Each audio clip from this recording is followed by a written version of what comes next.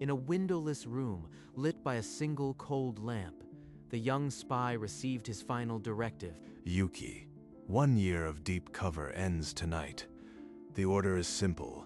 Destroy the Scout Corps from within. After 12 months of blood and bread with them, it's finally time. Yet that same night, around a crackling campfire, Yuki sat among his squad mates, laughing. Come on, Yuki.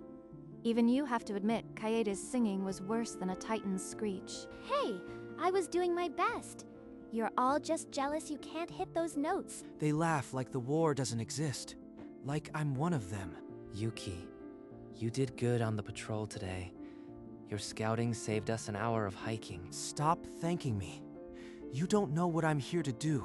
But Yuki's smile never reached his eyes. Somewhere beneath the laughter, a detonator waited.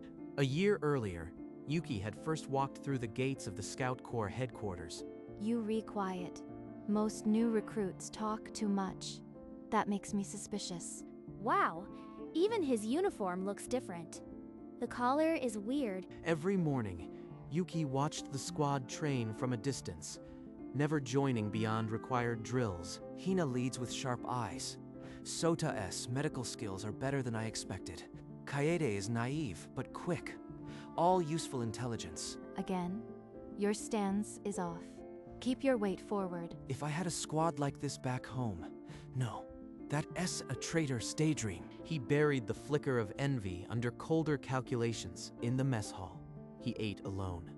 During celebrations, he stood by the wall, a spy among soldiers, counting the days until his true work began. 3 months into his deployment, a routine resupply mission turned into an ambush. Yuki, stay still. You've got shrapnel in your leg. I can't stop the bleeding if you move. Sota crouched in the mud, bandaging Yuki while arrows still flew overhead. Why is he risking his life for me? I am not one of them. By dawn, in the medical tent, Sota finally sat back, exhausted. You'd do the same for any of us, right? That's what it means to be in a squad. No, I wouldn't. But when he says it, it doesn't sound like a lie. It sounds like something I've never had. Weeks later, after a grueling training drill, Hina approached Yuki on the practice field. You skipped breakfast again. Here, half my ration. Don't argue. She's ordering me to eat, like it's a military command. But the bread tastes like something I can't name. By the year's end, Yuki had become a familiar shadow in the squad. Even Kaede had a new name for him. You. That's your name now. Because you are like a cat, silent, then suddenly right behind you. You. It's absurd. But no one has ever given me a nickname before. That same week, a dead-dropped message summoned him to the rain-slicked alleyways of the Port District. You've grown too comfortable, Yuki. I sent you to gather intelligence, not to become their friend. I am exactly where I need to be. Trust takes time. You know this. Time is running out. The expedition is being prepared. Your final orders will arrive within the month. Final orders? I had almost forgotten why I was really here. Back in the barracks, his squad slept soundly, unaware of the coiled serpent inside their quietest member. If I fail, they'll kill me. If I succeed, I'll destroy everyone who has ever. The next morning, Hina gathered the squad in the briefing room. Her voice carried a fire Yuki had never heard before. This war has taken everything from us. But I swear, before I die, I will see peace between our kingdoms. Peace. She dreams of peace, while I dream of her destruction. That afternoon, Yuki made his first move against his own mission. He released a carrier pigeon with a falsified patrol report. The expedition route I reported is fake. Let them chase a ghost for a week. 3 days later, the reply came. The handler's cold face filled the tiny projection rune. Your last report was unusually delayed. I hope you haven't forgotten what happens to traitors, Yuki. The scouts have increased security. Communication windows are narrow. I am being careful. Careful? Your hesitation is noted. Remember, the squad's lives depend on your obedience. He's not fooled. My lies are only buying days, not safety. 3 more days passed, and Yuki's mask began to crack. Kaede found him alone in the mess hall, staring at untouched food. You've been quieter than a shadow. Did something happen on patrol? You can talk to me. If only she knew the truth. But her kindness is a blade I don't deserve. Stress breaks soldiers faster than wounds. Yuki, if you need to step back from patrol, tell Hina. We'll cover for you. They'd cover for a spy. I am the disease they'd nurse back to health. That night, a sealed dispatch arrived at his bunk. No messenger, just the blood-red envelope. Waiting on his pillow, he broke the seal and read the orders etched in cold ink. Target: Supply Depot B-7. Detonate before dawn. You have 1 night. Do it, or they die. The detonator feels like it weighs 1,000 pounds. My hand won't stop trembling. In the silent barracks, the spy became the prisoner of his own impossible choice. Under a moonless sky, Yuki slipped through the shadows toward Supply Depot B-7. The detonator, a lump of ice in his palm. Set the charge. Arm the fuse. It's simple. I was trained for this. But his hands remembered Kaede's bread, offered with a grin on a cold morning. His eyes flashed to Sota's steady hands, tying a tourniquet as arrows rained down. Before I die, I will see peace between our kingdoms. I can't. I won't. They gave me a life worth more than my mission. With trembling fingers, he disconnected the fuse. The detonator dropped to the dirt, dead. He slipped back to camp before dawn, leaving the depot untouched. The silence was damning. A message rune flickered to life on his wrist. The handler's voice. Do it, or they die. Now I have to choose between their lives and their future. Yuki knew the handler's word was poison. If he was going to defy, he needed the truth behind the orders. I need to see the expedition's real orders, not the cover story, the sealed directives. That night, he slipped into the deep archive, past the sleeping archivist, into the forbidden stacks. By candlelight, he unrolled classified scrolls, his heart hammering with each broken seal. Expedition objective: first contact with outside wall survivors. Establish trade, share medical supplies, end century of isolation. A humanitarian mission. Not military, then why would anyone want to destroy it? His hands shook as he traced the royal seals. Both kingdoms' rulers had refused to endorse it, but the scouts were going anyway. They're not sending spies. They're sending doctors and engineers. I was sent to stop peace. The candle guttered, shadows swallowing the room. Yuki's mission was a lie. His handler was a tool of dead rulers. All this time, I was fighting for the wrong side. And if I fail now, I condemn them all. Without waiting, Yuki activated the clandestine rune. The handler's cold image materialized in the dark. You knew. The expedition is a humanitarian mission, not a military strike.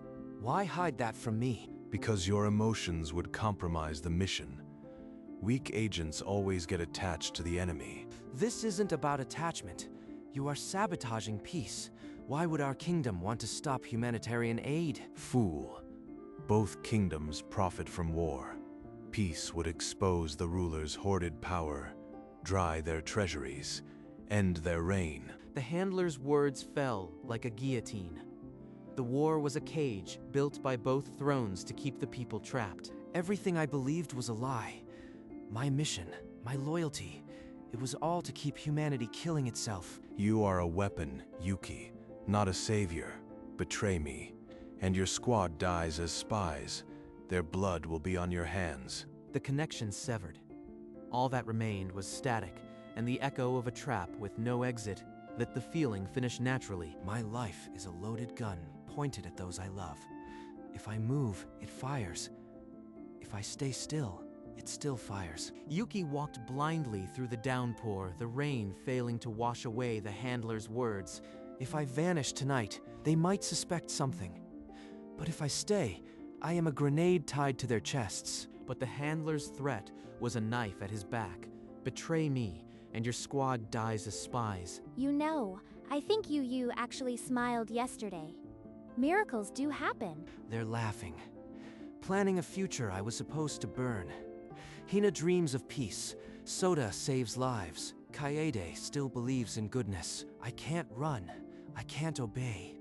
I have to find another way, even if I have to carve it with my own blood. The rain began to ease, and with it, the fog in his mind.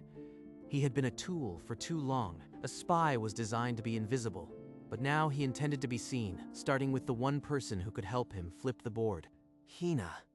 If I tell her everything, I might die.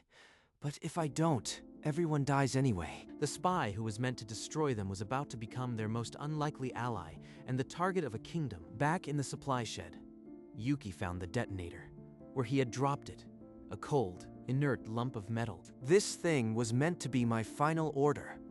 I'll make it my first act of defiance. He brought it down hard against a stone, shattering the casing and scattering the wires. That evening, he sat with a candle and a sheet of paper, writing words that felt like carving his own tombstone.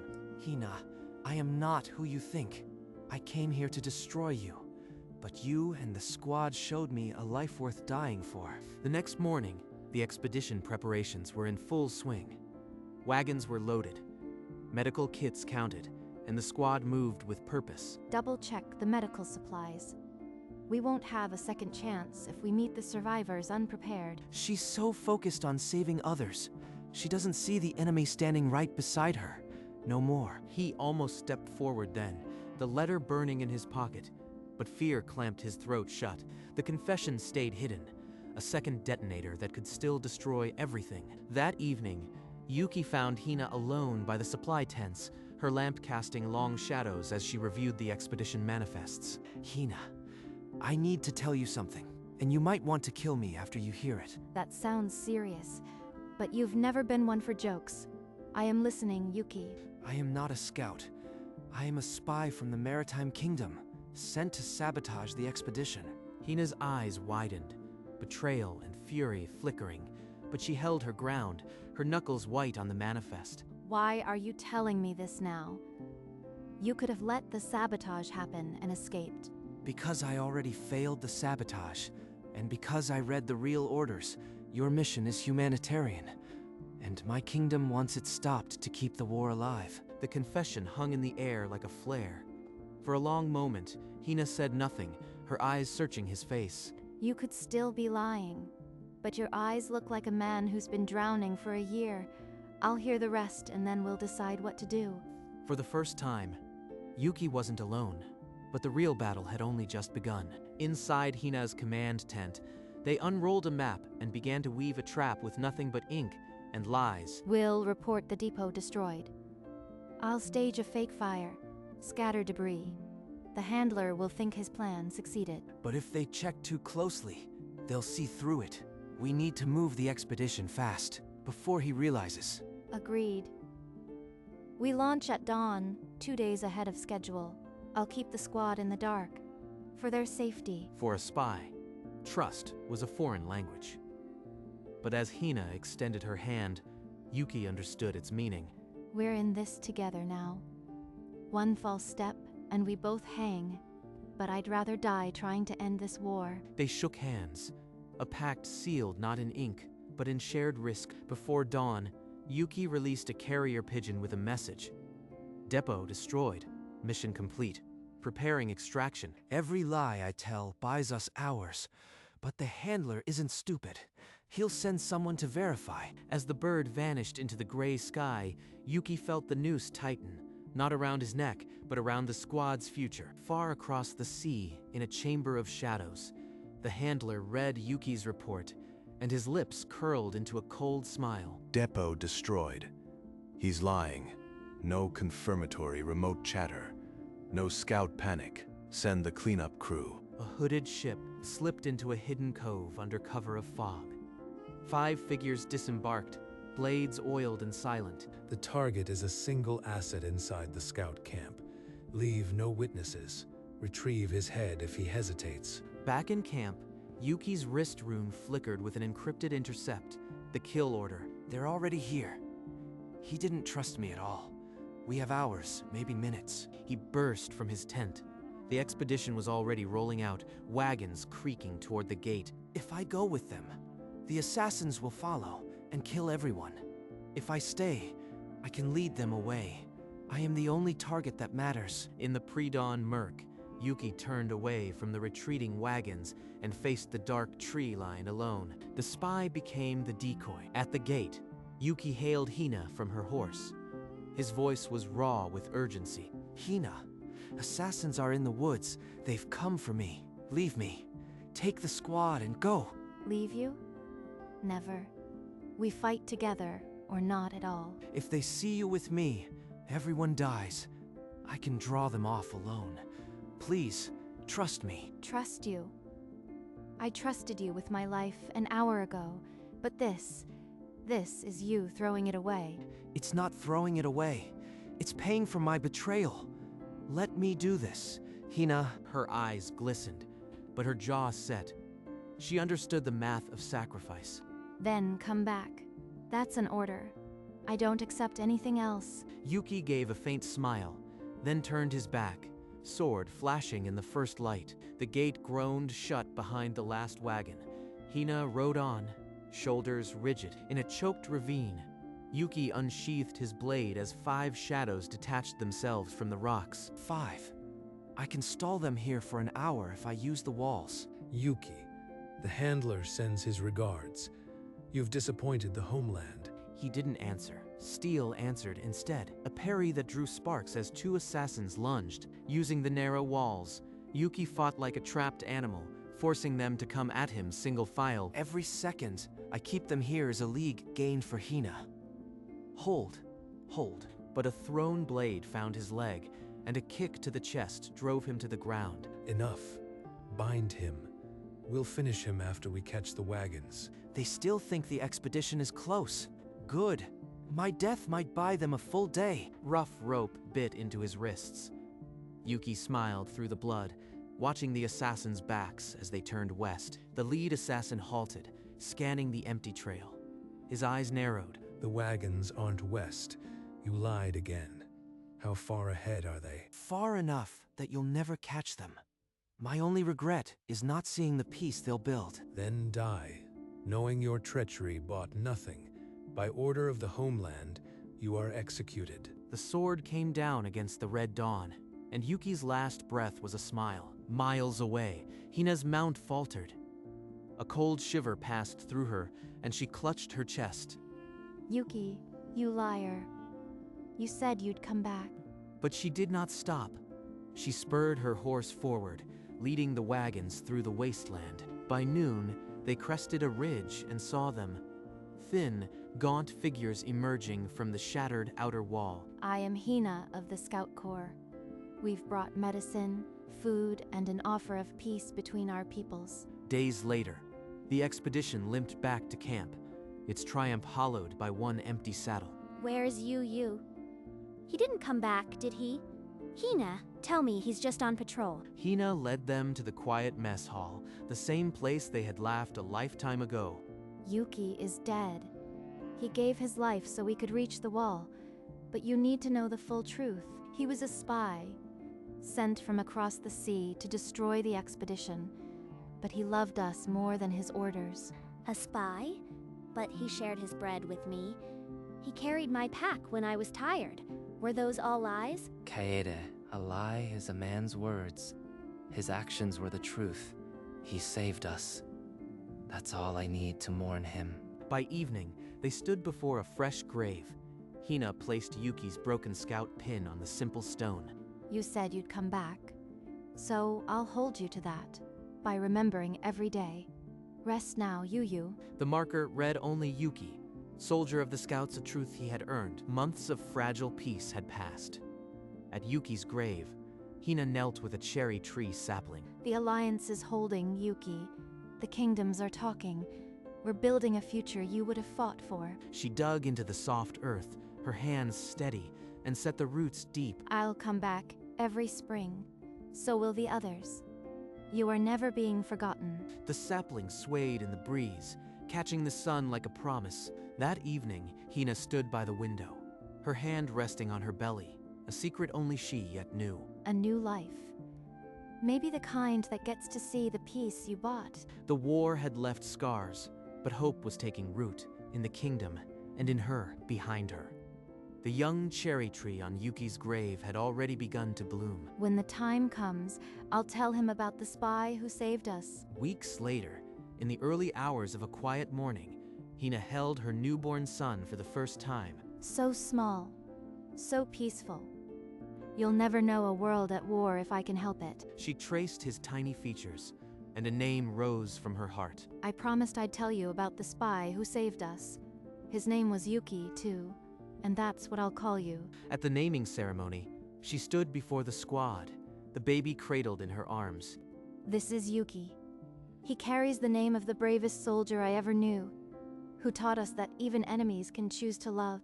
The baby stirred, clutching her finger. You'll have his name, and one day, his story. The cherry tree on the grave outside had blossomed into a cascade of pink, and the legacy of a spy who became a scout lived on. Years later, in a cozy room lit by evening lamplight, Hina sat her young son on her knee and began a story he would never forget. When the world was at war, there was a man sent to destroy us, but he became the bravest scout I ever knew. The boy's eyes widened as she spoke of ambushes, betrayal, and a desperate choice at dawn. He dropped the detonator, Yu. He chose us over his own people. That's why you carry his name. The boy saw the story in his imagination, a lone figure holding the darkness at bay. He paid with his life, but bought a chance for peace. Every day since, we've been building that peace. The boy tilted his head, an unspoken question forming. Hina answered as if he had spoken. He knew we'd remember. And every time I look at you, I see him and the future he gave us. She squeezed his hand, the touch carrying 1,000 unsaid things. Outside the window, the cherry tree on Yuki's grave swayed in the evening breeze. The firelight faded, but the story only grew, spreading from camp to camp. The Scout Corps emblem flew above a kingdom no longer holding its breath for war. I used to think war was inevitable, but one man showed me a single choice can break the cycle. Thank you, Yuki, for teaching us that even a spy can become a hero. Her voice carried on the wind, over the graves and the cherry trees, into the endless sky. And somewhere beyond the walls, a new generation looked up at the same stars. The scouts still journeyed to the broken wall, still offered medicine, still built peace, not because of treaties, but because one man loved them more than his own life. And the cherry tree on his grave bloomed again, and that was enough.